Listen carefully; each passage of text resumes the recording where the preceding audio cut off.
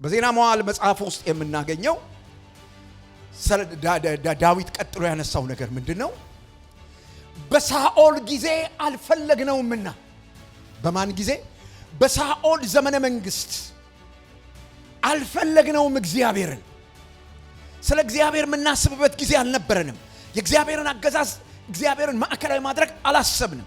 አሁን የእግዚአብሔር አገዛዝ በመካከላችን እውን መሆን ስላለበት በሳኦል ዘመን ያልፈለግነው የቃል ኪዳኑ ታቦት መጥቶ ማዕከላዊ ቦታውን መያዝ አለበት። ታቦቱ ለእስራኤል የተሰጠው ታቦት እግዚአብሔር እስራኤልን ከግብጽ ምድር ካወጣ በኋላ ለመጀመሪያ ጊዜ እግዚአብሔር እና ህዝቡ የተገናኙት ዘጸአት መጽሐፍ ምዕራፍ 19 ላይ ህዝቡ ደነገጠ። እግዚአብሔር ቀድሰው ይሄንን ህዝብ መጣለው ከ3 ቀን በኋላ መጣለው እንገናኛለን ከህዝቡ ጋር እና እንዲያምኑባ አደርጋለሁ አለ። እግዚአብሔር መጣ። እግዚአብሔር ሲመጣ ሲናይ ተቃጠለ፣ ነደደ እና እስራኤል ተንቀጠቀጠ እና ለሙሴ እንደዚህ አሉት፣ ሙሴ አሉት ይሄ እግዚአብሔር እንዳይናገረን እዛው አንተ ራስህ ከሱ ጋር ተነጋግረህ ጨርስ። ከዛ በኋላ የሚልህን ነገር መተህ ንገረን፣ እኛ ያለውን ነገር እናደርጋለን። በፍጹም ካሁን በኋላ ወደሱኛ እንድንቀብዳ ታደርጋሉት። ምዕራፍ 20 ህግ ሰጣቸው። ምዕራፍ 24 እንደዚህ ያለ እግዚአብሔር በመካከላቸው አድር ዘንድ ከህዝቡ ሁሉ ስጦታ ሰብስብና የመገናኛ ድንኳን ስራ፣ ታቦት ይቀረጽ። ታቦቱ ምንድነው እሱ የሚያደርገው? የእግዚአብሔርን መገኘት ሪፕሬዘንት ያደርጋል። የእግዚአብሔርን ሀሉ ለዚህ ነበረ ሰለሞን ቤተ መቅደሱን ሰርቶ ከጨረሰ በኋላ የእግዚአብሔር ታቦት ወደ መቅደሱ ከገባ በኋላ ደመናው መጥቶ ቤቱን ሞላው።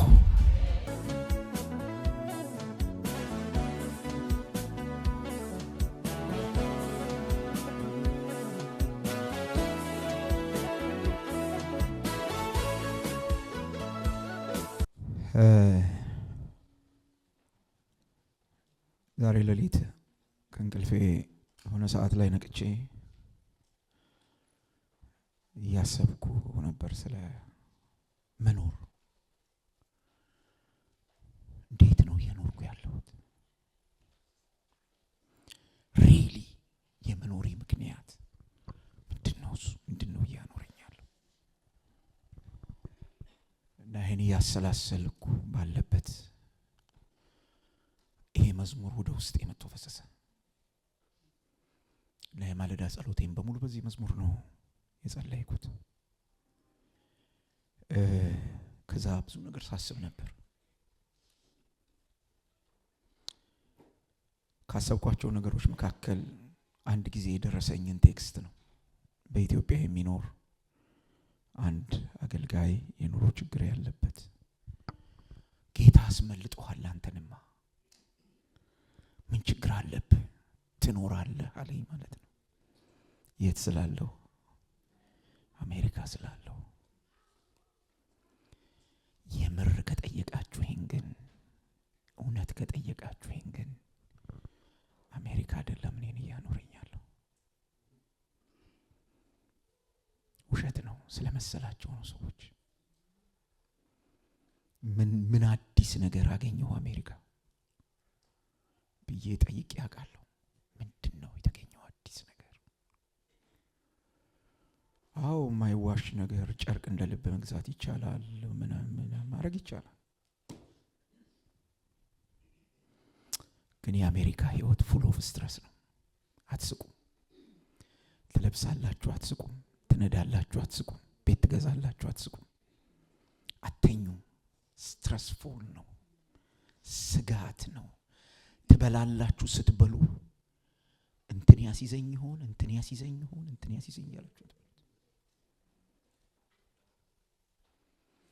እማዝነው መኖሪያችን እግዚአብሔር መሆኑን ስንረሳ ነው።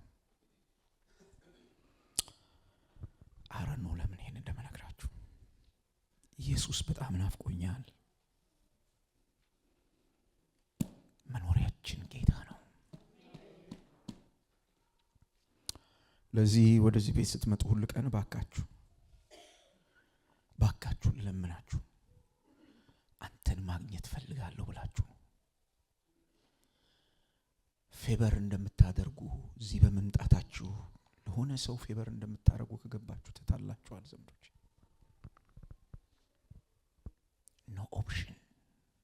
እግዚአብሔር በጣም ያስፈልገናል። እዚህ መተን ከሱ ጋር ተነካክተን መውጣት አለብን። በህብረት መምጣታችንን ስለሚፈልገው በቅዱሳን ህብረት እሱ ስለሚገኝ ተነካክተን ከሱ ጋር መውጣት አለብን። ልክ ከባልንጀሮቻችን ጋር አሁን እንደተነካካን ሰላም እንዴት ነህ ምናምን ተባብለን እንደሱ ከጌታ ጋር ተነካክተን መሄድ ያስፈልገናል። ይሄ ደግሞ በብርቱ የተዘጋጀ ልብ ይጠይቃል።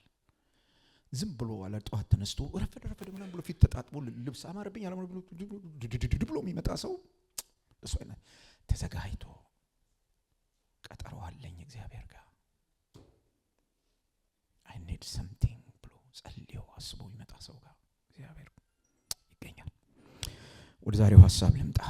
የእግዚአብሔር መንግስት በዜና መጽሐፍ ውስጥ የዜናን መጽሐፍ አጭር ነገር ልንገራችሁና ከዛ ሁለት ምዕራፎች ላይ አተኩሬ አንድ አራት ነገሮችና ሶስት ነገሮች ቶሎ ነግሬያችሁ እናበቃለን።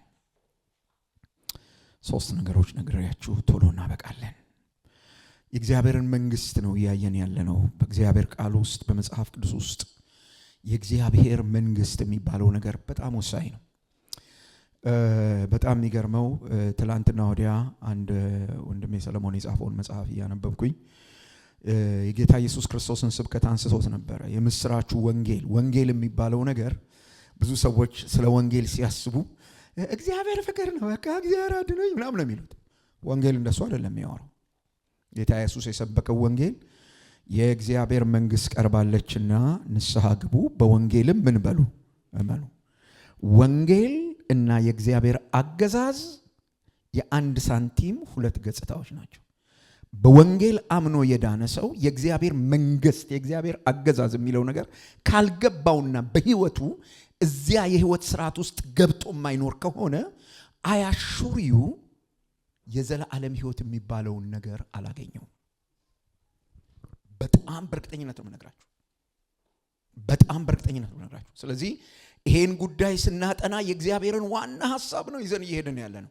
ከዘፍጥረት ጀምረን ነው የእግዚአብሔር ሐሳብ ይሄ መንግስቱ ጉዳይ ምን ይመስላል፣ እግዚአብሔር ምንድነው ያሰበ፣ ኢየሱስ ክርስቶስን የላከው የጌታ ኢየሱስ ክርስቶስ መምጣት፣ የኢየሱስ ክርስቶስ መወለድ፣ የኢየሱስ ክርስቶስ መሞት፣ የኢየሱስ ክርስቶስ መነሳት ምንም ነገር እንዳይመስላችሁ ምክንያት the only reason the kingdom of God የእግዚአብሔር አገዛዝ ወንድሞችና እህቶች ጊዜያችሁ እንዳይባክን እዚህ እውነት ውስጥ ሳትገቡ የት ጋር መተንፈስ ማቆም እንደምናቆም ስለማይታወቅ ተዘናግተን አጉል ነገር እንዳይሆን በጣም ላሳስባችሁ ፈልጋለሁ። የዜና መጽሐፍ የዚህ አንደኛ ዜና መጽሐፍ ስለ ድርጅት ነው የሚያወራው እና ሰዎች በነገድ በቤት ወይም በትውልድ ሐረግ ሲደራጁ ነው የምታዩት። እና የተደራጁት በሶስት መሰረታዊ ነገር ላይ ነው። መጽሐፉን ጠቅላላ የምታገኙት እዛ ውስጥ ነው። አንደኛውና የመጀመሪያው የሚደራጁበት ወይም የተደራጁበት በዝርዝር ስም በጣም ብዙ ስም ዝርዝር ነው የምታገኙት። የተደራጁበት ምክንያት ምንድነው እሱ ያላችሁ እንደሆነ ርስት ነው። ርስት እግዚአብሔር ሕዝቡን ከግብጽ ምድር ሲያወጣ አወርሳለሁ፣ ሰጣለሁ፣ የኔ አገዛዝ ይሰለጥንበታል ያለው ርስት፣ በዚያ ርስት መሰረት ተደራጅተዋል። ሁለተኛው ክህነት ነው። ክህነት አገልግሎት ማለት ነው። የሚዘምሩ ሰዎች አሉ፣ መስዋዕት የሚያቀርቡ ሰዎች አሉ። የክህነት እነዚህ ዝም ብለው አይደለም፣ ነገዳቸው ተለይቶ ተደራጅተው የእንትና ቤተሰብ የአሮን ልጆች የሌዊ ወገን ምናምን ተብሎ ተደራጅተው በደንብ በዝርዝር ተቀምጦ ታያላችሁ። ሶስተኛው በአይሁድ ማህበረሰብ ውስጥ ባላቸው ድርሻ ወይም በአይሁድ ማህበረሰብ ውስጥ ባላቸው የቤተሰብ አባልነት የአብርሃም ልጅ መሆኑ፣ የየት ነገድ መሆኑ፣ የማነገድ መሆኑ በግልጽ እንዲታይ ተደርጎ ተደራጅተዋል። ይሄ ሁሉ ነገር ከሆነ በኋላ ይሄ አንደኛ ዜና መጽሐፍ በዚህ መዋቅር ተዋቅሮ የዚህ የአንደኛ ዜና መጽሐፍ ታሪክ ዝም ብሎ የአይሁድን ታሪክ የሚነግረን ብቻ አይደለም። የእግዚአብሔር መንግስት እንዴት ፍጻሜ እንደሚያገኝ ወይም የእግዚአብሔር መንግስት እንዴት ኢምፕሊመንት እንደሚደረግ እንዴት እውን እንደሚሆን የሚያሳይ መጽሐፍ ነው። ስለዚህ ሶስት ነገሮች ላይ ያጠነጥናል። አንደኛው የሚያጠነጥነው ነገር ምንድነው እሱ ካላችሁ እግዚአብሔር ህዝቡን በመግዛት very remarkable እግዚአብሔር ህዝቡን በመግዛት በህዝቡ መካከል መገኘቱ የእግዚአብሔር ፕሬዘንስ የእግዚአብሔርን አገዛዝ ሪኮግናይዝ አድርጎ ማለት ነው። ሰዎች ሁሉ ለእግዚአብሔር ሰሬንድ አድርገው ሰዎች ሁሉ ለእግዚአብሔር እየተገዙ ሰዎች ሁሉ ለእግዚአብሔር አድረው በዚያ የእግዚአብሔር መገኘት የእግዚአብሔር ህልውና የእግዚአብሔር ሐልወት መሆን በዜና መጽሐፍ ውስጥ የምናገኘው አንዱ ነገር ነው። ምዕራፍ 17 ሳሙኤል መጽሐፍ ውስጥ ያነሳነውን ታሪክ ደግሞ ስለሚያነሳው ዘርዘር አድርጎ የተወሰነ ነገር እዚያ እናነሳለን። ሁለተኛው የተስፋው ቃል ነው። እግዚአብሔር የገባው የተስፋ ቃል ፍጻሜ እግዚአብሔር የገባው የተስፋ ቃል ፍጻሜ ትዝ ይላችኋል። የተስፋው ቃል የት እንዳለ ታውቃላችሁ። ዘፍጥረት መጽሐፍ ምዕራፍ 3 ቁጥር 15 የተስፋ ቃል የተሻገረ መጥቶ ዳዊት ጋር ደርሶ ተሰጥቷል። ስለዚህ አሁን በዳዊት በኩል ዋነኛው ንጉስ እየመጣ ነው ያለውና የተስፋው ቃል በዛ ቤት ውስጥ በዛ ነገድ ውስጥ እየመጣ እንዳለና ያለን የተስፋ ቃል ፍጻሜ ይሄ በጣም ኢምፖርታንት ነገር ነው። ሶስተኛው በዘላለማዊ አገዛዝ ዙሪያ እግዚአብሔር መንግስቱን እንዴት እንዳደራጀ ታያላችሁ። በዘላለማዊ አገዛዝ ዙሪያ በደንብ ስሙኝ እኔ ወንድሞችና እህቶች። ዛሬ እግዚአብሔር የማይገዛችሁ ካልሆነ ይሄንን ምድር ለቃችሁ ስትሄዱ እመኑኝ መንግስተ ሰማይ ገባለሁ ድኛለሁ ምናምን የሚባል ነገር የለም። this is very remarkable ወንጌል ነው መነግራችሁ ያለሁት። ኢየሱስ ያለው የእግዚአብሔር መንግስት ቀርባለች ከዛ በወንጌል እመኑ። የምስራቹ ምንድነው እሱ? በሰይጣን ከመገዛት በጨለማ ከመገዛት ነፃ ውጡና በእግዚአብሔር አገዛዝ ውስጥ ግቡ። የእግዚአብሔር መንግስት መጣለች። አሁን የመጣችውን ያላገኘ የምትመጣውን አያገኛትም። እየሰማችሁኝ ነው? የመጣችውን የተገለጠችውን የእግዚአብሔርን መንግስት ያላገኘ የምትመጣውን አያገኝም። ሃይማኖት የሚጫወትብን በዚህ መስመር ነው። ሃይማኖት የሚቀልድብን በዚህ መስመር ነው። ስለዚህ በጣም ሲሪየስ ነው ኢሹ እና እግዚአብሔር በዚህ በዜና መጽሐፍ ውስጥ በአንደኛ ዜና መጽሐፍ ውስጥ የምናገኘው ነገር ምንድነው? እሱ የእግዚአብሔርን ዘላለማዊ አገዛዝ አሁን በህይወታችን ውስጥ የሚጀምረው የእግዚአብሔር አገዛዝ ፉልፊል ያደርጋል በኋላ ላይ። በቃ ይሄው ነው የሚቀጥለው። አሁን ካልጀመረ ግን በኋላ የሚጀምር ነገር የለም። በጣም ግልጽ የሆነ አንድ እግዚአብሔር ቃል ልንገራችሁ። አዲስ ኪዳን ጌታችን ኢየሱስ ክርስቶስ ማቴዎስ ወንጌል ምዕራፍ 3 ቁጥር 16 እስከ 18 ሲናገር እንደዚህ ብሎ ነው የተናገረው። በእርሱ የሚያምን ሁሉ የዘላለም ሕይወት እንዲኖረው እንጂ እንዳይጠፋ እግዚአብሔር አንድያ ልጁን እስኪሰጥ ድረስ ዓለሙን እንደዚሁ ወዷል። በእርሱ በሚያምን አይፈረድበትም፣ በእርሱ በማያምን ግን መቼ ተፈርዶበታል ነው የሚለው። ባካችሁ ንገሩኝ እስኪ ምን ማለት ነው? በእርሱ የማያምን አሁን ተፈርዶበታል ማለት ምን ማለት ነው? ከመንግስቱ ውጪ ነው ማለት እኮ ነው። እግዚአብሔር አይገዛውም ማለት እኮ ነው። ሌላ ነገር እኮ አይደለም። ማስረጃው ወንጌል አማኝ ነኝ ማለት አይደለም። ተጠምቄያለሁ ምናምን ማለት አይደለም። በአገዛዝ ውስጥ መምጣትህ ነው። በአገዛዝ ውስጥ መምጣቴ ነው። በአገዛዝ ውስጥ መገኘትሽን it is very remarkable ዘመዶች፣ በጣም ሲሪየስ ነው። ይሄ በሌለበት የምናረጋቸው አክቲቪቲዎች በጣም አስቸጋሪ ናቸው። ስለዚህ እግዚአብሔር በዚህ በዜና መጽሐፍ ውስጥ የምናየው ይሄን ዘላለማዊ አገዛዙን ወይም የዘላለማዊ አገዛዙን የመንግስት ግንባታ እንዴት አድርጎ እንደሚሰራው ይሄ መጽሐፍ ያሳየናል። ስለዚህ በዚህ እውነት ውስጥ የምናነሳው መሰረታዊ የመጀመሪያ መሰረታዊ ነገር ምንድነው? እሱ የእግዚአብሔር መንግስት በእግዚአብሔር ምርጫ የተመሰረተች ናት። በእግዚአብሔር ምርጫ ላይ የምትጸና ናት። 15 ቁጥር አለው የመጀመሪያው ማነሳው ክፍል እናንተ ቤት እንድታነቡት እኔ የተወሰነ ቁጥር ላንብብ። አንደኛ ዜና ምዕራፍ 17 ቁጥር 1 ዳዊት በቤተ መንግስቱ ተደላድሎ በተቀመጠ ጊዜ ይላል። ዳዊት በቤተ መንግስቱ ተደላድሎ በተቀመጠበት ጊዜ ነብዩ ናታንን ይሄን ባለፈው ጊዜ ነግሬያችኋለሁ እነሆ እኔ ከዝግባ በተሰራ ቤት ውስጥ እኖራለሁ የእግዚአብሔር የኪዳኑ ታቦት ግን በድንኳን ውስጥ ይኖራል አለው ናታንም ለዳዊት እግዚአብሔር ካንተ ጋር ስለሆነ ያሰብከውን ሁሉ አድርግ ሲል መለሰለት በዚያ ሌሊት የእግዚአብሔር ቃል ወደ ናታን መጥቶ እንዲህ አለው ቁጥር 6 መጨረሻ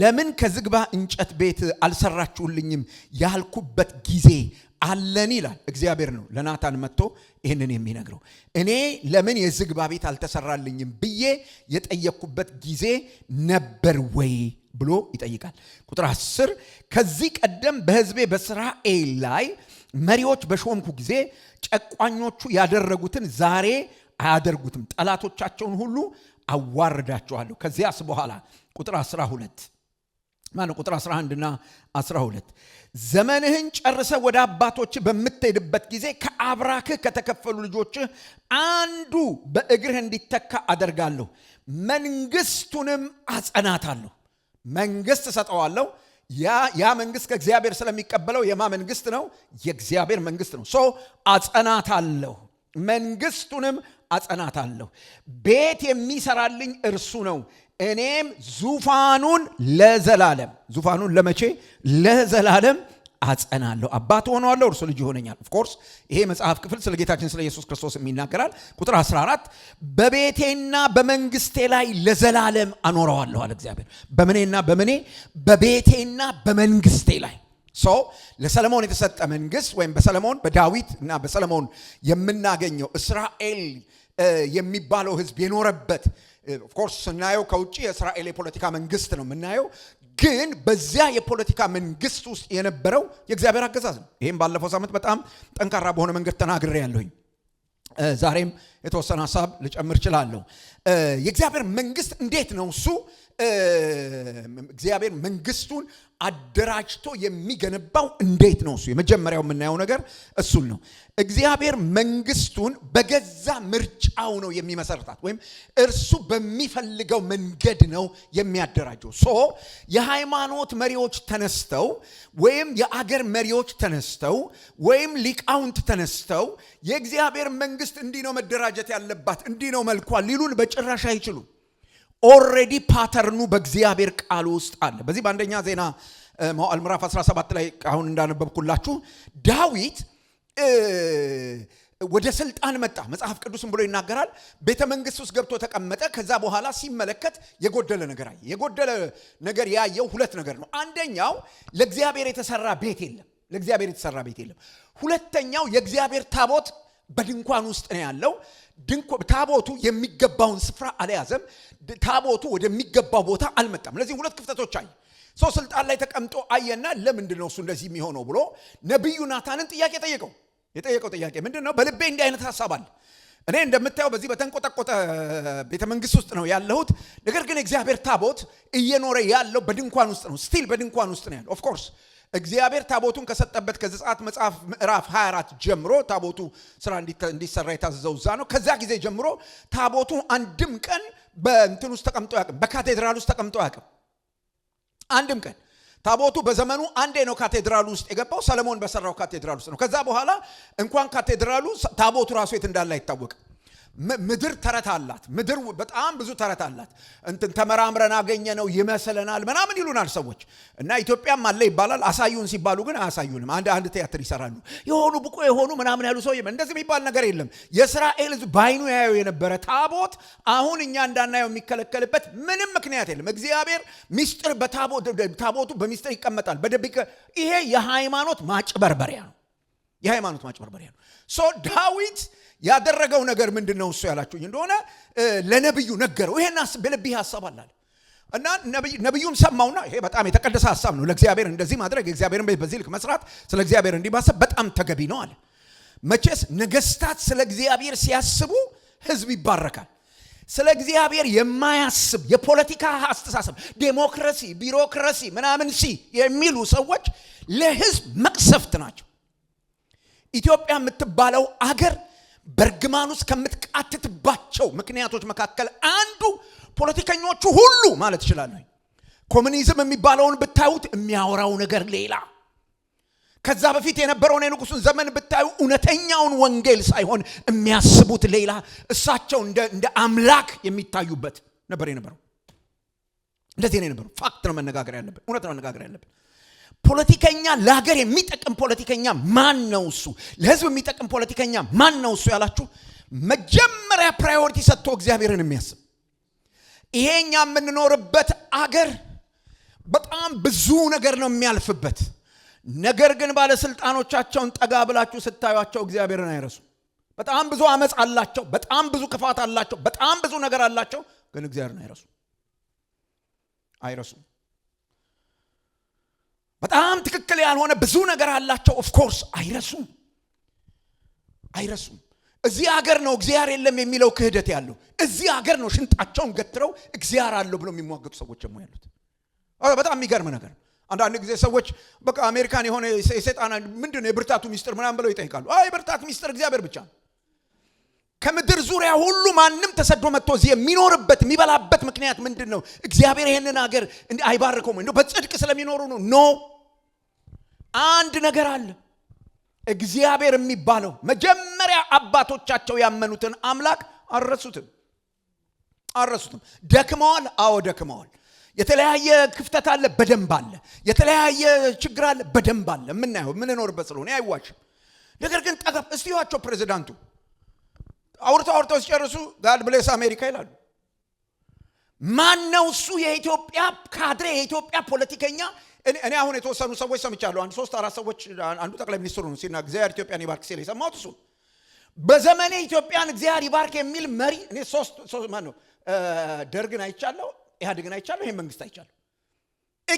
በመራራው ትግላችን እናሸንፋለን የሚል ህዝብ ነው እኮ የነበረው። የነቃ መስሎ የሰለጠንክ መስሎ። ዳዊት እንደሱ አልነበረም።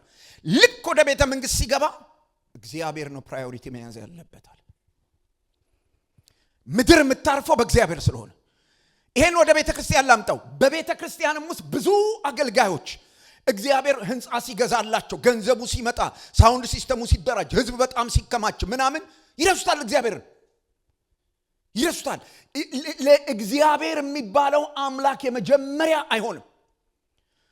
እና ዳዊት ተነሳ። በጣም የሚገርመው ነገር እኛ አንደኛ አረግነውም አላረግነውም። ለዚህ ነው መዝሙራችንም አንደኛ ምናምን ብለን እንዳረሳሉ ለማስታወስ ጥረት የምናደርገው። እንደሱ አይደለም፣ የህይወት ጉዳይ ነው ዘመዶቼ። ዳዊት ተነሳና እግዚአብሔርን ቀዳሚ ነው ማድረግ ያለብን የሚል ሐሳብ ለነብዩ ነገረው። ነብዩ ይሄ በጣም የተቀደሰ ሐሳብ ነው፣ ቀጥላለሁ። እግዚአብሔር መጣ። የኔ መንግስት የሚደራጀው ማንም ሰው በበጎ ፈቃዱ ተነስቶ ስለወደደ ስለፈለገ ሳይሆን እኔ ምርጫ አለኝ አለ እግዚአብሔር። እና ዳዊት ለእግዚአብሔር ቤት እንዳይሰራ እግዚአብሔር የከለከለበትን ምክንያት የዜናን መጽሐፍ ስታጠኑ እግዚአብሔር እንዲህ ብሎ ነግሮታል። በእጅ ላይ ብዙ ደም ፈሷል። አንተ በጦርነት ነው ዘመንህን ያሳለፍከው። በእጅ ላይ የብዙ ሰው ደም አለ። ስለዚህ የሰው ደም በእጁ ያለ የእግዚአብሔር መንግስት ሊያደራጅ አይችልም። ልብ ብላችሁ ስሙኝ። አገር የሚመሩ ሰዎች ወደ አገር አመራር ሲመጡ የብዙ ሰው ደም አፍስሰው ይመጣሉ፣ አስገድለውም ገለው። ይሄ በጣም አደገኛ ነገር ነው። በእንዲህ አይነት ሁኔታ ውስጥ እግዚአብሔር አገዛዝ ሊመጣ አይችልም። የእግዚአብሔር አገዛዝ ሊደራጅ አይችልም። በቤተ ክርስቲያንም ውስጥ ሰዎች አንዱን መተው እንዲህ የሚባል አለ፣ ጸያፍ አማርኛ ስለማልወደው አልናገረው፣ ትናረገኝ ምናምን አርገኝ ይላሉ ሰዎች በቤተ ክርስቲያን። እንዴት እንደሚያስጠላኝ አትጠይቁኝ። እንደዚህ ሆኖ የቤተ ክርስቲያን መሪ፣ እንደዚህ ሆኖ የጉባኤው አለቃ ምናምን ለመሆን ሰዎች ይታገላሉ። በዚህ መንገድ እግዚአብሔር አይሄድም። ለምንድን ነው እሱ እግዚአብሔር በዚህ መንገድ የማይሄደው? የእግዚአብሔር መንግስት የሚደራጅበት አንድ የእግዚአብሔር ምርጫ የሚጸናበት የእግዚአብሔር ምርጫ እውን የሚሆንበት አንድ ቁልፍ ጉዳይ አለ። እሱም ጸጋ ይባላል። በጸጋ ሰለሞን ከዳዊት ይሻላል። ምን ይሻላል? ዳዊት ሰው ገሏል፣ ይሄኛው ማዕት ነገር አበላሽቷል። የጣዖት አምልኮ አምጥቶ አጨራረሱ ባለፈው እንደነገርኳችሁ በጣም ጥሩ አይደለም። በጣም የተበላሸ ነገር ነው ያደረገው። ልጁ የእግዚአብሔር መንግስት እንዲከፈል ምንም ኳሊቲ የለውም። ግን ለምን ሆነ? የእግዚአብሔር ምርጫ። መንግስቱ በእግዚአብሔር ምርጫ ላይ በእግዚአብሔር ሶቨርኒቲ ላይ የምታርፍ ናትና እግዚአብሔር ይሄንን ነገሩ ነው። ዳዊት ሐሳቡ ጥሩ ቢሆንም የእግዚአብሔር መንግስት የሚጀምረው በመለኮታዊ ጸጋ ነው። መለኮታዊውን ጸጋ የተካፈሉ ሰዎች በዚህ አገዛዝ ውስጥ ይገኛሉ። ዳዊት ለእግዚአብሔር ቤት ሊሰራ ሲፈልግ እግዚአብሔር ነገረው ነው አንተ አትሰራልኝም፣ እኔ ማንን ስሩልኝ ብዬ ጠይቄ ያውቃለሁኝ፣ እኔ ግን ላንተ ሰራልሃለሁ አለው። እኔ ላንተ ሰራልሃለሁ፣ እኔ ላንተ ገነባልሃለሁ፣ ባንተ በኩል አቋርጬ መንግስቴን እሰራለሁ አለ። ዳዊት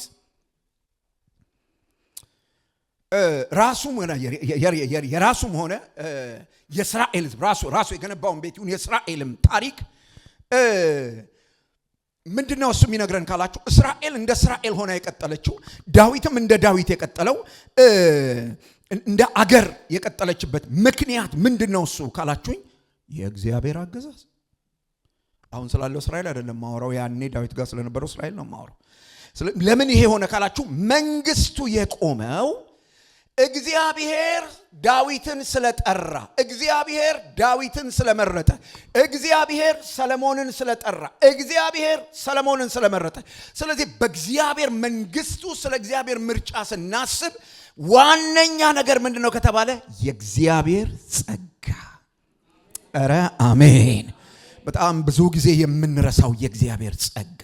የእግዚአብሔር መንግስት በሰው ኃይል፣ በሰው ብልሃት፣ በሰው ስልጣን አይገነባም። እግዚአብሔር መንግስቱን የሚገነባው በጸጋው ነው። ልብ ብላችሁ ስሙ።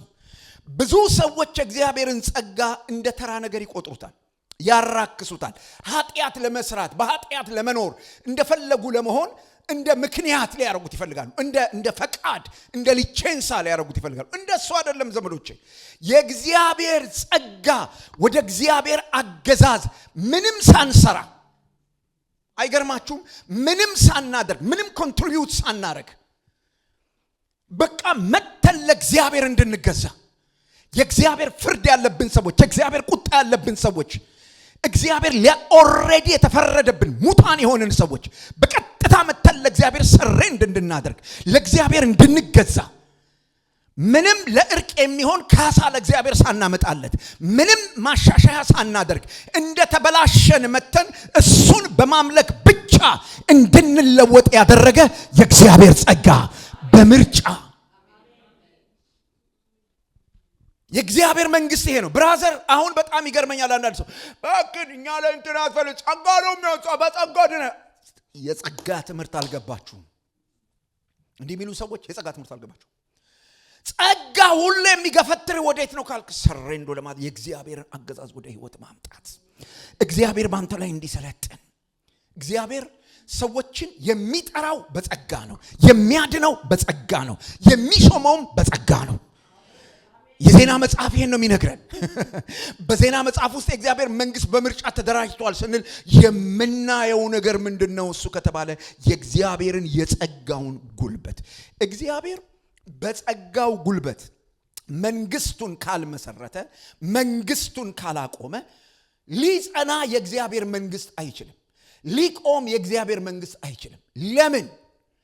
የእግዚአብሔር መንግስት የሚባለው ነገር የሚጠይቀው ለቅዱሱ ለእግዚአብሔር መገዛት ነው። ማን ነው እሱ ለቅዱሱ ለእግዚአብሔር በራሱ ጉልበት ሊገዛ የሚችል?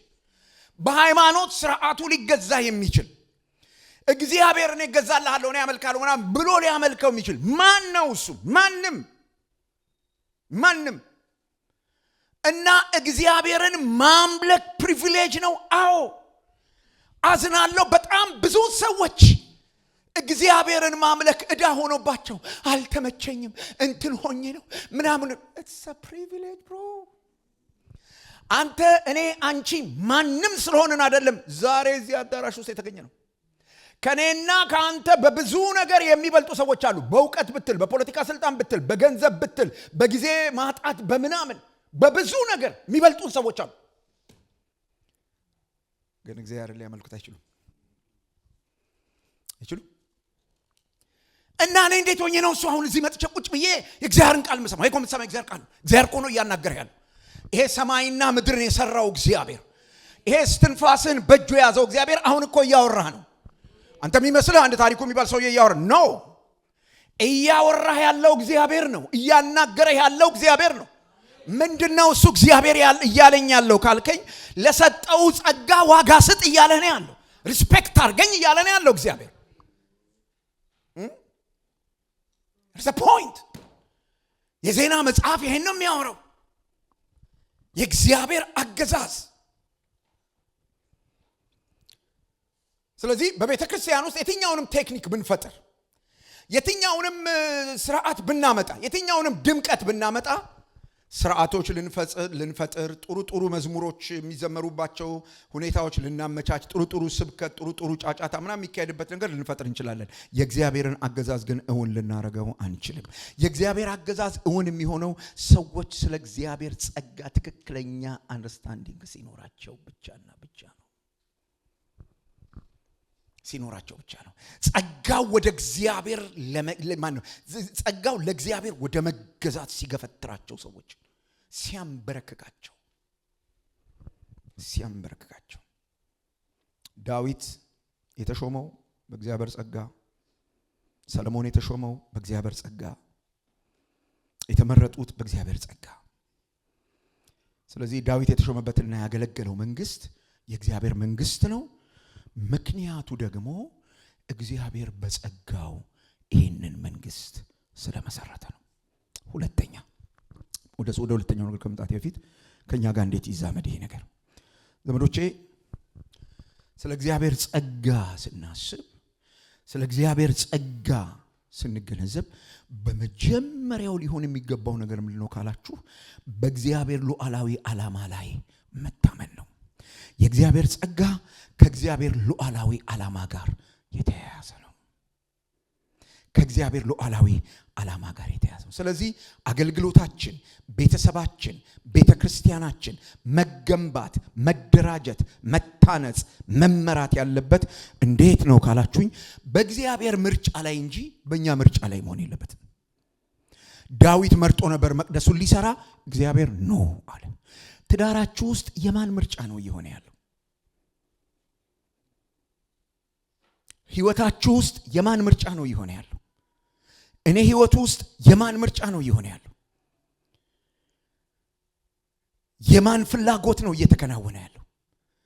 ዛሬ በእግዚአብሔር ምርጫ ለመኖር፣ ዛሬ የእግዚአብሔርን ምርጫ ለማስቀደም የተለያየ ምክንያት ደርድረን ከምርጫው ውጪ በምርጫችን የምንኖር ከሆነ በእኛና በመንግስቱ መካከል መተላለፍ ይፈጠራል። ዘመዶች ይሄን ስነግራችሁ ይሄ የምንኖርበት ዓለም በቀላሉ ለእግዚአብሔር እንድንገዛ ይፈቅዳል እያልኩ አይደለም።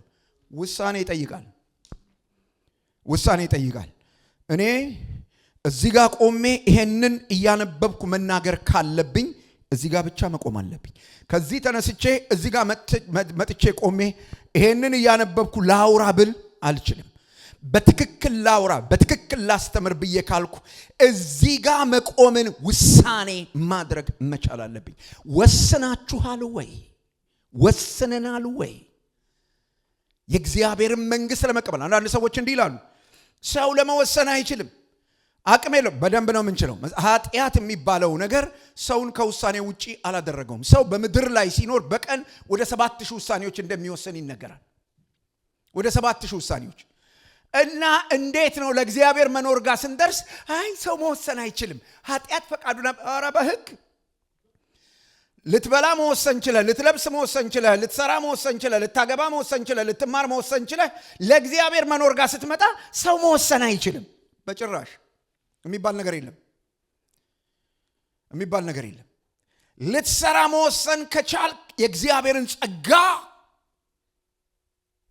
ለመቀበል፣ ለእግዚአብሔር ለመገዛት፣ አቅጣጫ ለመቀየር ትወስናለህ።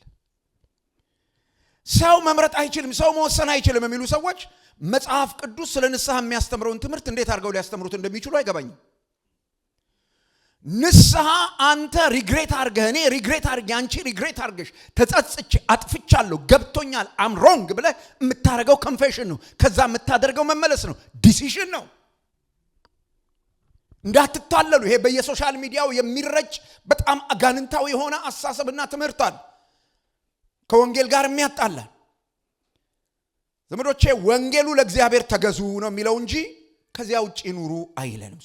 የዜናን መጽሐፍ ስናጠና የምናገኘው ነገር እግዚአብሔር በምርጫው በዚህ አግባብ አደራጅቶ ለእግዚአብሔር አገዛዝ ዳዊት እኔ ይሄ ሁሉ ገንዘብ እያለኝ ምናምን አይደለም ያለው። ምን እንዳደረገ ታውቃላችሁ?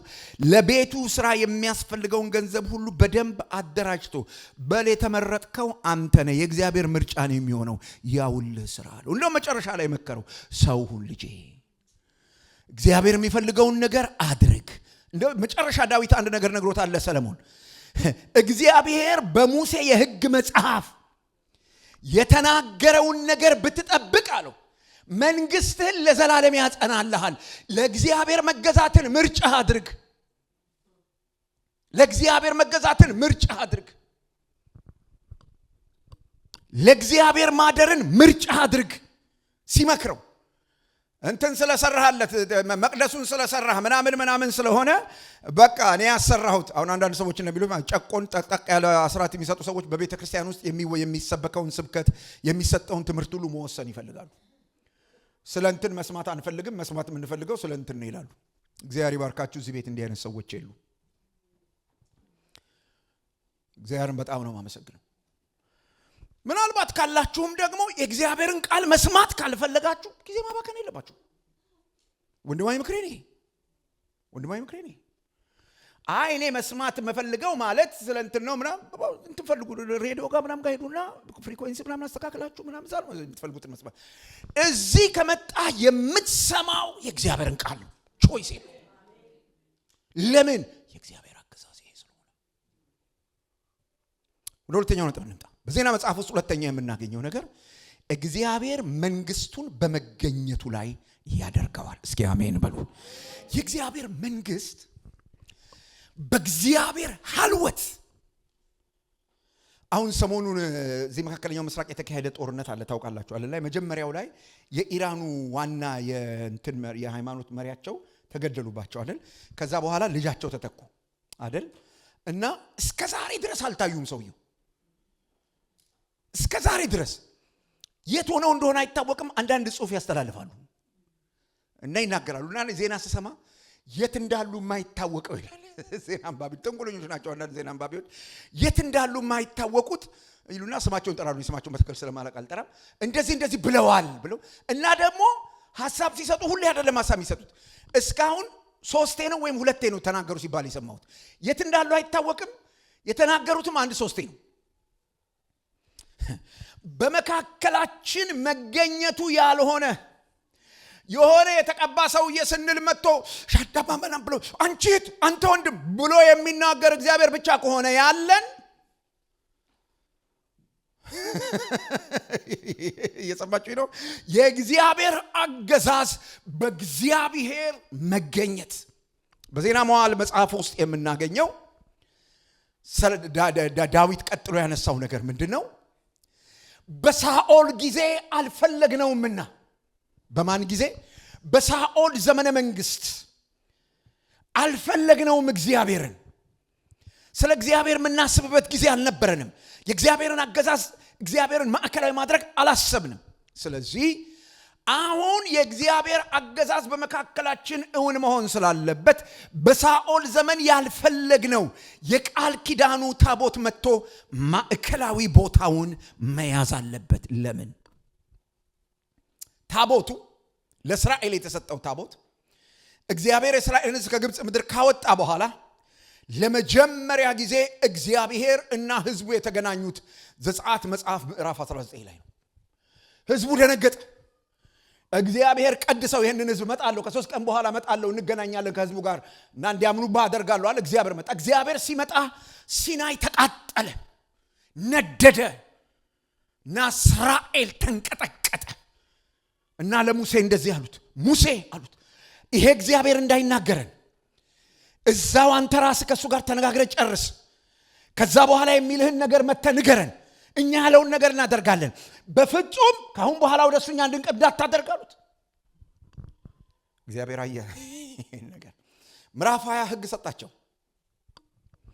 ምዕራፍ 24 እንደዚህ ያለ እግዚአብሔር በመካከላቸው አድር ዘንድ ከሕዝቡ ሁሉ ስጦታ ሰብስብና የመገናኛ ድንኳን ስራ፣ ታቦት ይቀረጽ።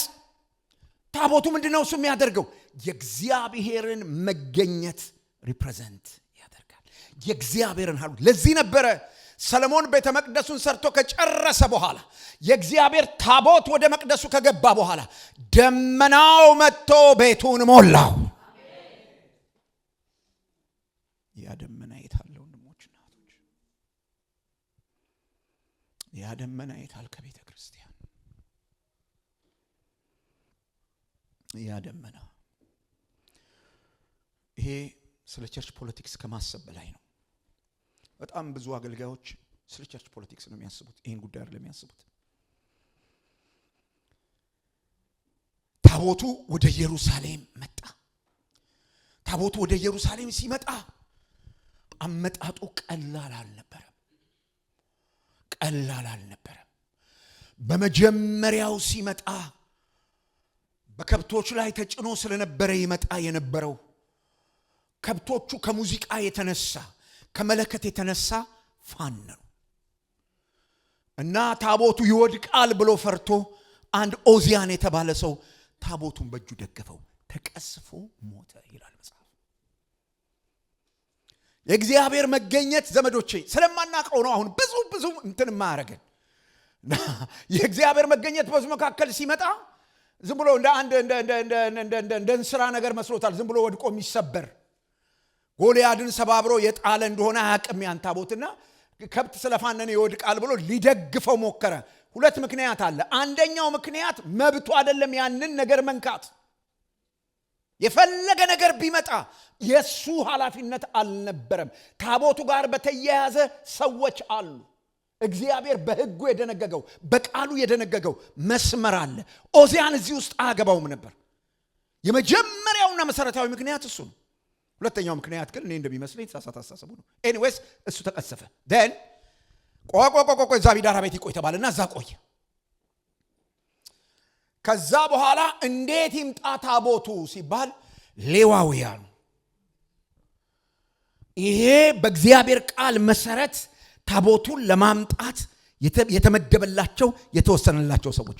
ጉዳዩ ስለ ሰዎች ሳይሆን ስለ እግዚአብሔር ቃል ስልጣን። ታቦቱ የእግዚአብሔር ሐልወት የእግዚአብሔር መገኘት ወደ ስፍራው እንዲመጣ ከተፈለገ ሰው ሁሉ ለእግዚአብሔር ቃል ስልጣን ዕውቅና መስጠት አለበት። በቅዱስ ቃሉ መሰረት አኗኗር መቃኘት አለበት። ትምህርት መቃኘት አለበት። የሕይወት ሥርዓት መቃኘት አለበት። ቅዱስ ቃሉ በሚያዘው መሰረት ሌዋውያኑ ታቦቱን ተሸክመው እንዲያመጡ አንድ ሌዋውያኑ ታቦቱን ተሸክመው ሲያመጡ ደግሞ ሌሎች መዘምራን የሚባሉ ሰዎች መለከት እየነፉ እያመለኩ እየዘመሩ እየሰገዱ በእያንዳንዱ እርምጃ መስዋዕት እየተሰዋ ታቦቱ ወደ ስፍራው እንዲመጣ የእግዚአብሔር መገኘት ወደ መካከላቸው እንዲመጣ በቅዱስ ቃሉ እውነት መሰረት ተደረገ። በጣም ይገርመኛል። በዚህ ጊዜ ዳዊት በእግዚአብሔር ታቦት ፊት ራሱን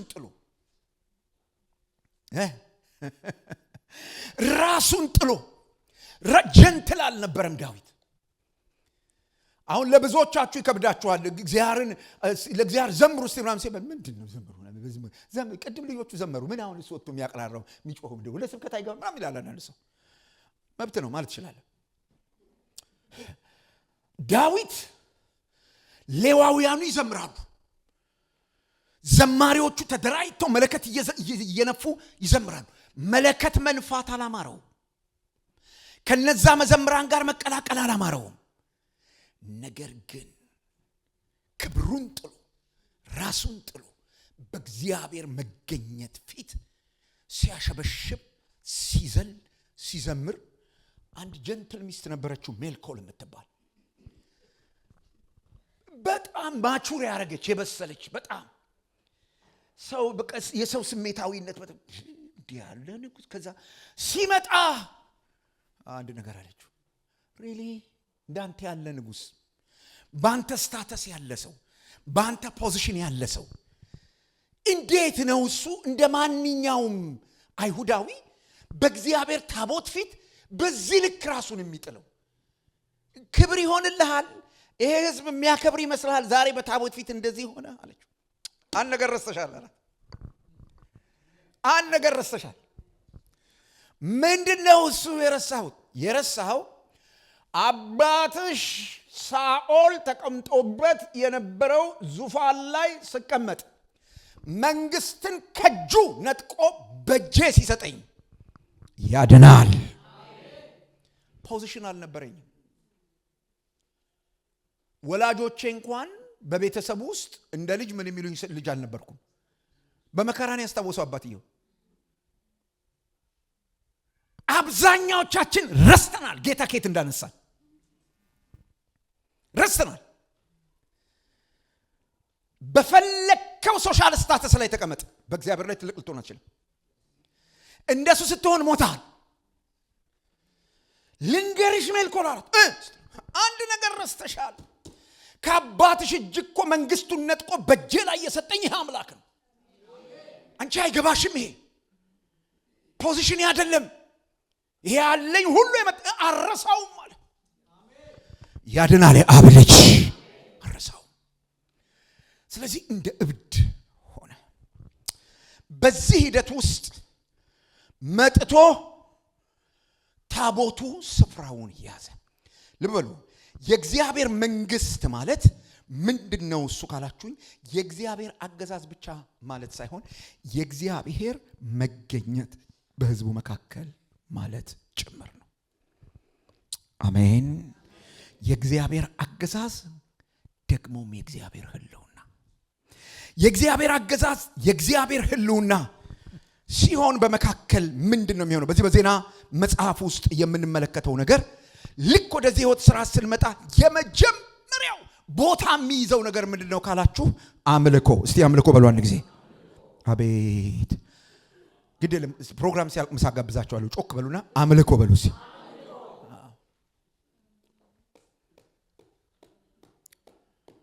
ወርሺፕ፣ እግዚአብሔርን ማምለክ። ኔሽን እስራኤል ንጉሱን ጨምሮ እግዚአብሔርን ማምለክ፣ ለእግዚአብሔር መዘመር። መዝሙር በነገራችሁ ላይ ለሰው አይደለም። ዘምሩ። ለማን ዘምሩ ነው የሚለው? ለእግዚአብሔር ዘምሩ። ዘምሩ ከልብ ከውስጥ። ለማን ዘምሩ? ለእግዚአብሔር። መዝሙር ምን ዘምረው የሚሰማ ስላለ ነው፣ የሚቀበል ስላለ ነው የምናንጎራጉረው። ድምፅ ስላለ አይደለም፣ መሳሪያ ስላለ አይደለም። ይሄንን የሚጠብቃል። ይዘምራሉ። ምን ይሉኛል ብሎ ውዳሴ ሊቀበል ያለ ጌታ አለ። መገኘቱ ሲሆን ሰዎች ወደዚህ ውስጥ ነው የሚገቡት። አምልኮ በዜና መጽሐፍ ውስጥ እግዚአብሔርን ማምለክ፣ መሳሪያዎች በአይነቱ ተደርድረው የሚዘምሩ ሰዎች በቡድን ሆነው ንጉሱን ጨምሮ ሰው ሁሉ ወርሺፕ ማድረግ፣ እግዚአብሔርን ማምለክ ጀመረ። ልብ በሉ። እውነተኛ አምልኮ በእግዚአብሔር አገዛዝ ውስጥ በእግዚአብሔር መገኘት ውስጥ እንጂ በሙዚቃ ጋጋታ በሚፈጠር የስሜት ቅስቀሳ አይደለም። እንደሱ አይደለም። ግን አምልኮ ትልቅ ቦታ ይሰጠዋል። ካህናቱ፣ ሌዋውያኑ፣ መዘምራኑ፣ የቤተ መቅደሱ አገልግሎት ሁሉ ወደ አንድ እውነት ያመለክታል። ወደ ምን ያመለክታል ያላችሁ እንደሆነ የእግዚአብሔር ሕዝብ አምላኪ፣ የእግዚአብሔር ሕዝብ እግዚአብሔርን የሚያመልክ። እግዚአብሔርን እንደምናመልክ ሰዎች ያዩ ይሆን? ዘመዶች ገባቸው ይሆን? እግዚአብሔርን እንኳን እነሱ እኛ እኮ ወደ ጸሎት ቤት ስንመጣ ፕሮግራም ለመካፈል እንጂ የሆነ እግዚአብሔር ጋር የሆነ ነገር ለማድረግ አምልኮ ከእግዚአብሔር ጋር የሚደረግ ኢንተራክሽን ነው። አገዛዙ በዚህ ሲሆን እና እግዚአብሔር ሕዝብ ሁሉ አምላኪ መሆን አለበት ወደሚል እውነት ይመራል።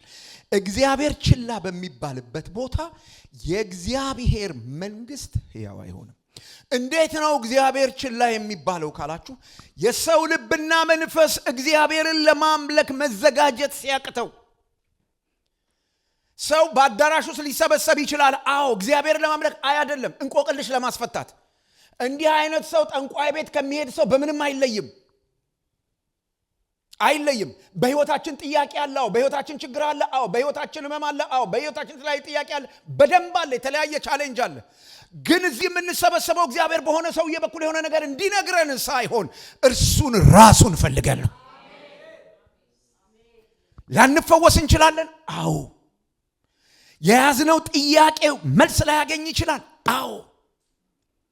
እሱ እያለ አንተ ንጉስ ነህ ልንለው፣ አረ ለዘላለም ስሙ ይቀደስ። ትናንት ሜንቶርሺፕ ክላስ ላይ ተነስቶ የነበረ ጥያቄ ነበርና የነገርኳቸው ነገር ምንድነው? መጽሐፍ ቅዱስ የሚነግረን እግዚአብሔር ሲገልም ጻድቅ ነው ይለዋል መጽሐፍ ቅዱስ፣ ሲያድንም ጻድቅ ነው ይለዋል መጽሐፍ ቅዱስ።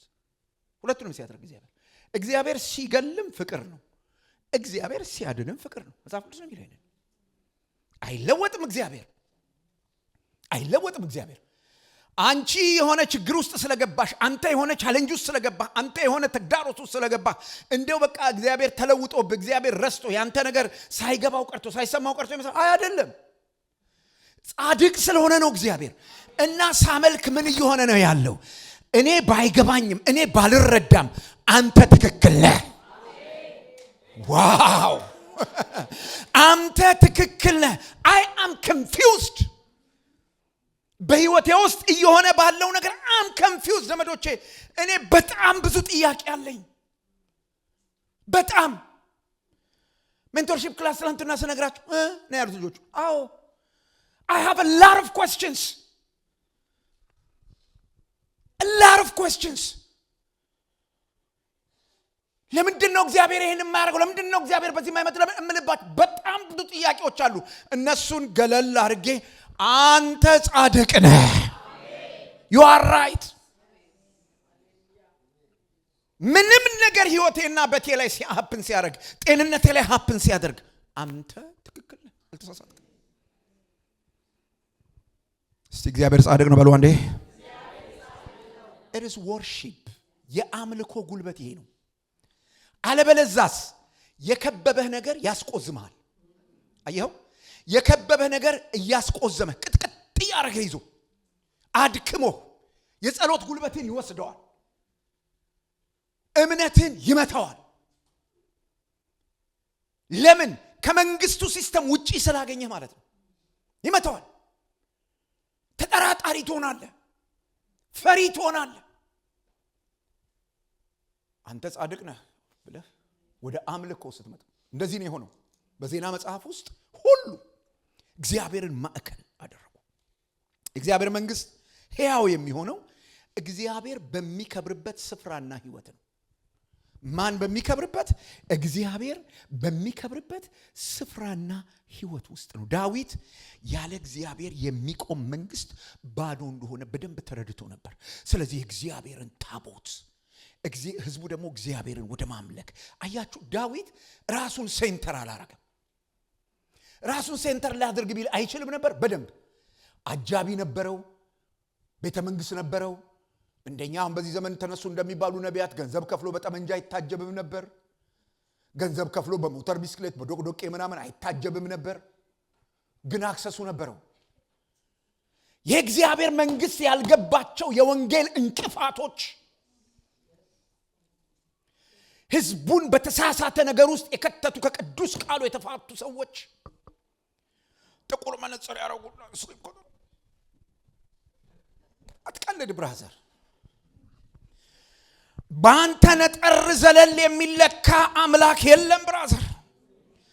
እናንተ ማየት ካለባችሁ አይናችሁ ማረፍ ካለበት እግዚአብሔር ላይ ነው። እግዚአብሔር ማዕከል ነበር።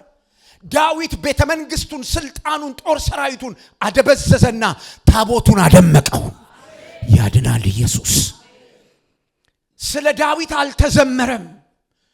ቸር ነውና እንዲኮ ነው ያሉት። ቸር ነውና ምህረቱ ለዘላለም ነውና አሕዛብ ሁሉ አረጩሁና ኢየሱስ ያድናል በሉ ባካችሁን። ያድናል።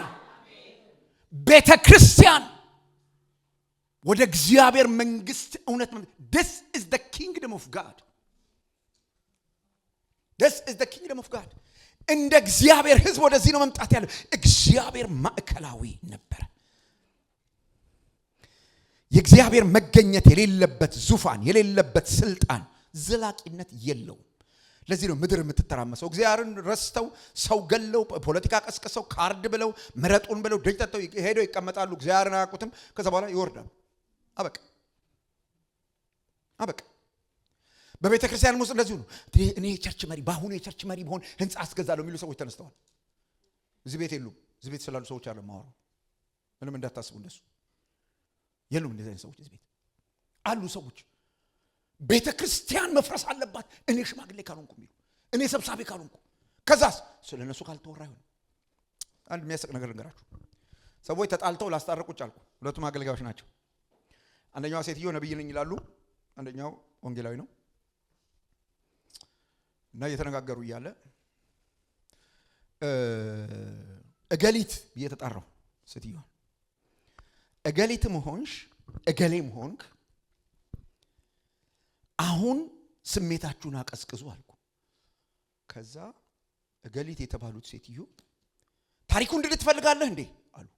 ተቆጥተው ማለት ነው። አዎ እናቴ ያወጣችልኝ ስም እሱ ነው፣ ታሪኩ ነው።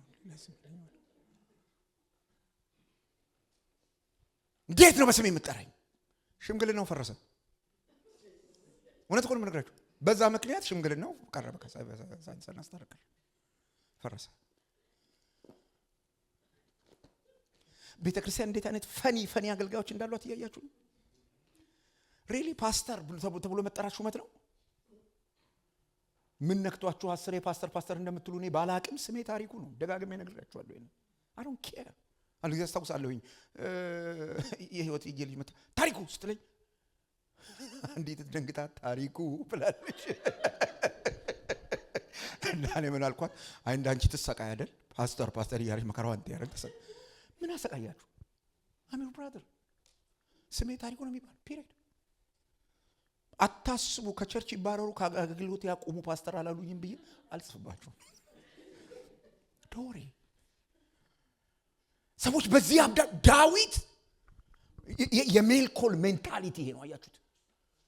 ሜልኮል ንጉስ የሚል ነገር ሰው ነው ሴንተር የምታረገው። ልብ በሉ። ሰው ሴንተር በሆነበት ቦታ አምልኮተ እግዚአብሔር ሊኖር አይችልም። ሰባኪ፣ ትንቢት ተናጋሪ፣ ነብይ እንትና፣ ፓስተር እንትና፣ የቤተክርስቲያን ሽማግሌ፣ የተቀባ የተዘወረ ምናምን ትሉት ሰውዬ ማዕከላዊ በሆነበት አምልኮተ እግዚአብሔር የለም። እነሱ ዘወር ብለው ሰው ሁሉ ወደ ማን ማየት አለበት? ወደ እግዚአብሔር። እስቲ ወደ እግዚአብሔር በሉ። ዳዊት የሰራው ይሄንን ነው። የእግዚአብሔር መንግስት በዚህ ነው የተደራጀችው። ዜና መጽሐፍ ውስጥ የምናገኘው አምልኮተ እግዚአብሔር የሌለበት ሀገር ውሎ አድሮ መፈራረሱ አይቀሬ ነው። በጣም ብዙ ሀገራት ለምን ፈረሱ እያልን እንጠይቃለን። የሚፈርሱበት ምክንያት የሌሎች የፖለቲካ ተንኮል ስላለ ብቻ አይደለም። ኦፍ ኮርስ በእነሱ የፖለቲካ ተንኮል ተጠቅሞ ነው የሚያፈርሰው። ሰይጣንም የእግዚአብሔር አገልጋይ ስለሆነ ለኢትዮጵያውያን እዚህም ላላችሁ በዚህ ሚዲያ ለምትሰሙኝ መልእክት አለኝ።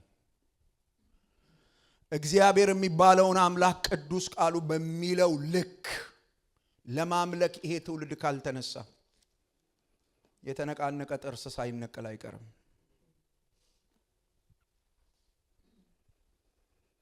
እግዚአብሔርን የሚረሳ አገር ውሎ አድሮ ይፈርሳል። የጊዜ ጉዳይ ነው። ይሄ ፖለቲካ ይሹ አይደለም። እርስ ወንጌል ኔሽን እግዚአብሔርን ማዕከል ማድረግ አለበት። ምክንያቱስ ለሰው ልጅ ህይወት ቅድስናና ማንነትን የሚሰጠው እግዚአብሔር ብቻ ስለሆነ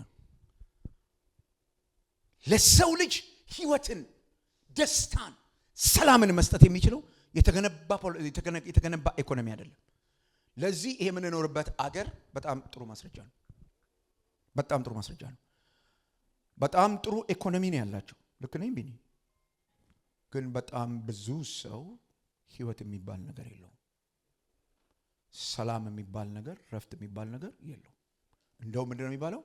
አሜሪካ ላይፉ ፉል ኦፍ ስትረስ ነው የሚባለው። ፍርሃት ነው፣ ጭንቀት ነው፣ መንዳት ጭንቀት ነው፣ ሁሉ ነገር ጭንቀት ነው። ሁሉ ነገር። ስለዚህ ማግኘትም ኢኮኖሚም እንትን አይደለም። ህይወት ከየት ይመጣል? ከህይወት ጌታ ያድናል። ኢየሱስ ሰው ከእግዚአብሔር ጋር ሲገናኝ፣ ሰው እግዚአብሔርን ማምለክ ሲጀምር ህይወት ከሱ ይፈሳል። ለዚህ ነው ምርጫ አይደለም አንተን መፈለግ ብለን የዘመርነው። አንተ ጋር ነው ህይወት ያለው። እግዚአብሔር ያልሰጠንን ህይወት በብር፣ በኢኮኖሚ፣ በፖለቲካ ልናመጣው አንችልም። እሺ ጨርስኩ። የእግዚአብሔር መገኘት በእውነት በህይወታችን ውስጥ ማዕከላዊ ስፍራ አለው ወይ ዘመዶቼ?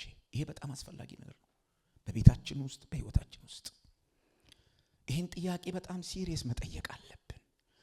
በሃይማኖታዊ ተግባራት መጠመድ ከእግዚአብሔር ሊያርቀን ይችላል። በጣም አይናችሁን ክፈቱና ነው ቤተክርስቲያን ውስጥ የምታረጓቸው አክቲቪቲዎች፣ ፕሮግራም መካፈል፣ መስበክ፣ ማስተማር፣ ባይብል ስተዲ ማስተማር፣ መጸለይ፣ ዲያቆን ምናምን የምትሉት አክቲቪቲ ከእግዚአብሔር ሊያርቃችሁ ይችላል። ለእግዚአብሔር ተብሎ የሚደረጉ አክቲቪቲዎች ከመደረጋቸው በፊት ከእግዚአብሔር ጋር ያለንን ንክክቶች ማጣራት ያስፈልጋል። ለምን ያላችሁኝ እንደሆነ በተለያየ ሃይማኖት ውስጥ ያሉ ሰዎች ለእግዚአብሔር ብለው የሚያረጓቸው ነገሮች ናቸው ከእግዚአብሔር ያራቋቸው። ከእግዚአብሔር ጋር መገናኘት ዋና ነገር ነው። የመንግስቱ ህይወት የሚጀምረው ጌታን በድጋሚ በህይወታችን ውስጥ ምን በማድረግ ነው? ማዕከል በማድረግ ነው። እግዚአብሔር በህይወታችሁ ማዕከላዊ እንዲሆን የምትፈልጉ ሰዎች አላችሁ ዛሬ እዚህ ቤት ውስጥ። እግዚአብሔር ማዕከል እንዲሆን የመጨረሻ ነጥብ እናንሳ። እግዚአብሔር መንግስቱን ለክብሩ ያውጀዋል። የእግዚአብሔር መንግስት አንደኛ ዜና ምዕራፍ 29 ምዕራፉ ሲያልቅ መጽሐፉ ሲያልቅ አንደኛ ዜና ሲያልቅ የምታገኙት ምዕራፍ 29 ቁጥር 10 እስከ 13 ያለው ቦታ ነው። ዳዊት በብሉይ ኪዳን ውስጥ ከሚገኙ ታላላቅ ጸሎቶች አንዱን በእግዚአብሔር ፊት አቀረበ። ብሉይ ኪዳን ውስጥ ከምናገኛቸው ጸሎቶች መካከል አንዱን እንደዚህ ብሎ አቀረበ። አቤቱ ታላቅና ኃያል ክብርም ድልና ግርማ የአንተ ነው፣ መንግስትም የአንተ ነው። ታቦቱ ቦታውን ያዘ፣ ህዝቡ አመለከ። በመጨረሻ ዳዊት ጸሎቱን ሲጸልይ ይህንን አዋጅ አወጀ። መጽሐፉ የሚያልቀው በዚህ ነው ዘመዶቼ። መልእክቱ የዚህ ዜና መጽሐፍ የሚያልቀው በዚህ ነው። ዳዊት መንግስቱ ለዳዊት ክብር፣ ለእስራኤል ትዕቢት ወይም ለማንኛውም ሰብአዊ መሪ ዝና አልነበረም በጭራሽ። መንግስቱ ለማን ክብር ብቻ ነበር? ለእግዚአብሔር ክብር ብቻ። ለእግዚአብሔር ክብር ብቻ። ዳዊት ሀብት፣ ክብር፣ ተሰሚነት ነበረው። ቅድም እንደነገርኳችሁ ሀብት፣ ክብር፣ ተሰሚነት፣ ስልጣን ነበረው። ፖፑላሪቲ ነበረው። ነገር ግን እነዚህ ሁሉ ከየት እንደመጡ ያውቃል። ስልጣን ከየት እንደመጣ ያውቃል። ገንዘቡ ከየት እንደመጣ ያውቃል። ሁሉ ነገር ከየት እንደመጣ በደንብ ያውቃል። አልረሳም። በደንብ ያውቃል። ይሄንን ለዚህ ነው እግዚአብሔር ቤት ሲሰራ ሲሰጥ በልግስና ሰጠ እና የሰጠውን ሁሉ ሰጥቶ ምን እንዳለ ታውቃላችሁ? እግዚአብሔር ያለ ይህንም ያህል ነገር ላንተ ልሰጥ እኔ ማን ነኝ? ስብከት አስለውጣለሁ አይደለም ያለው። ትምህርት አስለውጣለሁ አይደለም። እኔ ማን ነኝ? ሁአያም ለእግዚአብሔር አስባችሁ ታውቃላችሁ? አሁን መባና አስራት ስንሰጥ የተለያየ ለእግዚአብሔር ቤት ስራ ሰጥ ተብለን ስንሰጥ ምን እየተሰማን እንደምንሰጥ አላውቅም። የምንሰጠው ለእግዚአብሔር ነው። ዳዊት ህንጻው የሚሰራበትን ገንዘብ ሰብስቦ ያለውን ሁሉ ሲሰጥ እኔ ማን ነኝ? ለእግዚአብሔር ብዬ እንድሰጥ እድል የሰጠኸኝ እኔ ማን ነኝ? ቤቴ ምንድነው? I'm not qualified። የበቃው አይደለሁም። ከኔ እጅ አንተ ስጦታ ልትቀበል። ልብ በሉ። ለእግዚአብሔር ክብር መስጠት ስንጀምር ያለን ነገር እኛን አይሰቅለንም፣ ዝቅ ያደርገናል። ለምን? ምንጩን ስለምናውቀው።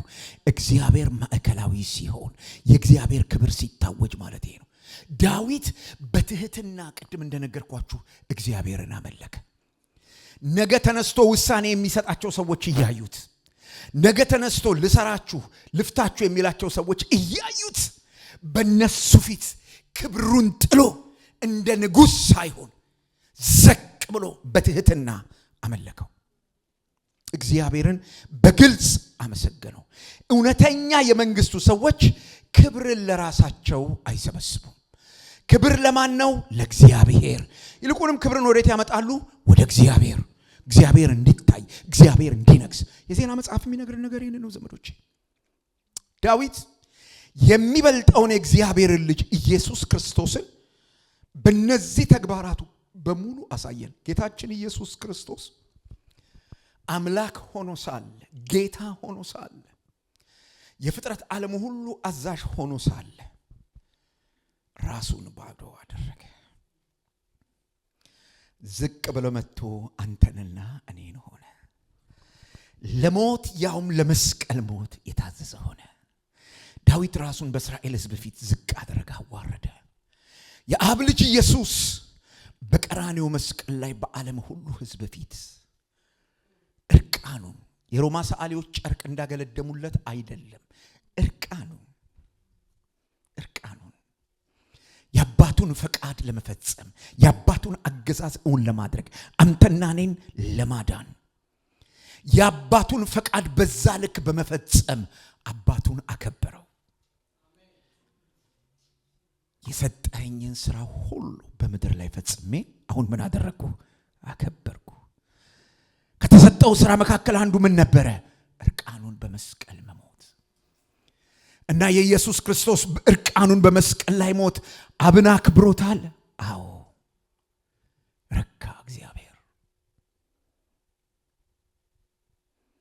አብን ገለጠው።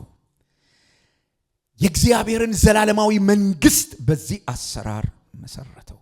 በእርሱ ውስጥ የእግዚአብሔር አገዛዝ ፍጹም ጻድቅና ዘላለማዊ ሆኖ መጣ። ዳዊት የዚህ ነገር ጥላ ነበር። እናጠቃል መኖር ያለብን ለእግዚአብሔር ክብር እንጂ ለራሳችን አይደለም። ዛሬ ከዚህ ቤት ሳትወጡ እንድትወስኑት እንድታስቡበት የሚገባ ነገር ይሄ ነው። ለማን ነው መኖር የምትፈልጉት? መጽሐፍ እንዲህ ብሎ ይናገራል። አንዱ ስለ ሁሉ ሞተ፣ እንግዲያ ሁሉ ሞቱ። በሕይወት ያሉት ወደፊት ለራሳቸው እንዳይኖሩ ስለ እነርሱ ለሞተውና ለተነሳው እንዲኖሩ አንዱ ስለ ሁሉ ሞተ። ለማን መኖር ትፈልጊያለሽ? What is your plan? Tomorrow, not today. ለማን ነው መኖር የምታስበው? ቤት መግዛት የምታስበው ለማን ነው? 16 ሰዓት ሰርተህ ገንዘብ ማግኘት የምታስበው ለማን ነው? መማር የምታስበው ለማን ነው? ቤተሰብህን መርዳት፣ ቤተሰብህን ማገዝ የምትፈልገው ለማን ነው? ልጃችን ጥሩ ለመባል ወይስ ለእግዚአብሔር ክብር ነው? ለማን ነው የምታገለግሉት? ለማን ነው ተለያየ ነገር የምታረጉት? ለማን ነው? ለማን ለመኖር አስበናል? ዳዊት ሁሉን ለእግዚአብሔር። እያንዳንዱ ስጦታ፣ እያንዳንዱ ስኬት፣ እያንዳንዱ እድል ለአምልኮ የሚቀርብ መስዋዕት መሆን አለበት። እግዚአብሔርን ለማምለክ የምንሰዋው መስዋዕት መሆን አለበት። ፕሮፌሽናችን፣ ገንዘባችን፣ ጤንነታችን፣ ሙያችን፣ ፖዚሽናችን እግዚአብሔርን የምናመልክበት መስዋዕት ሆኖ መቅረብ አለበት። የአንደኛ ዜና መጽሐፍ የሚያስተምረን የእግዚአብሔር መንግስት በሰው አይገነባም፣ በሰው ላይ አያተኩርም፣ ወይም በሰው ለሰው ክብር አይቆምም። በመለኮታዊ ምርጫ የተመሰረተ በመገኘቱ ላይ ያተኮረ ለክብሩ የታወጀ ነው የእግዚአብሔር መንግስት። የዳዊት የመጨረሻ ኑዛዜ የእያንዳንዱ አማኝ ኑዛዜ ሊሆን ይገባዋል። አቤቱ መንግስት የማን ነው? ያንተ ነው። መንግስት ያንተ ነው ማለት ኮንፌሽን አይደለም። በትዳሬ ላይ አገዛዝ ያንተ ነው። በፕሮፌሽኔ ላይ አገዛዝ ያንተ ነው። በገንዘቤ ላይ አገዛዝ ያንተ ነው። በጊዜ ላይ አገዛዝ ያንተ ነው። I will surrender for you. የዜና መጽሐፍ ይሄን ይነግረናል። መጽሐፍ ቅዱስ ይሄ እውነት የመጽሐፍ ቅዱሳዊው እምነት እምብርት ነው ዘመዶቼ። እግዚአብሔር ይነግሳል፣ ያስተዳድራል፣ የገባውን ቃል ኪዳን ይፈጽማል። አሜን። ስለዚህ ለንጉሱ መስገድ፣ ንጉሱን ማምለክ መታደል ነው። ቆመን እንጸልያለን። ሃሌሉያ።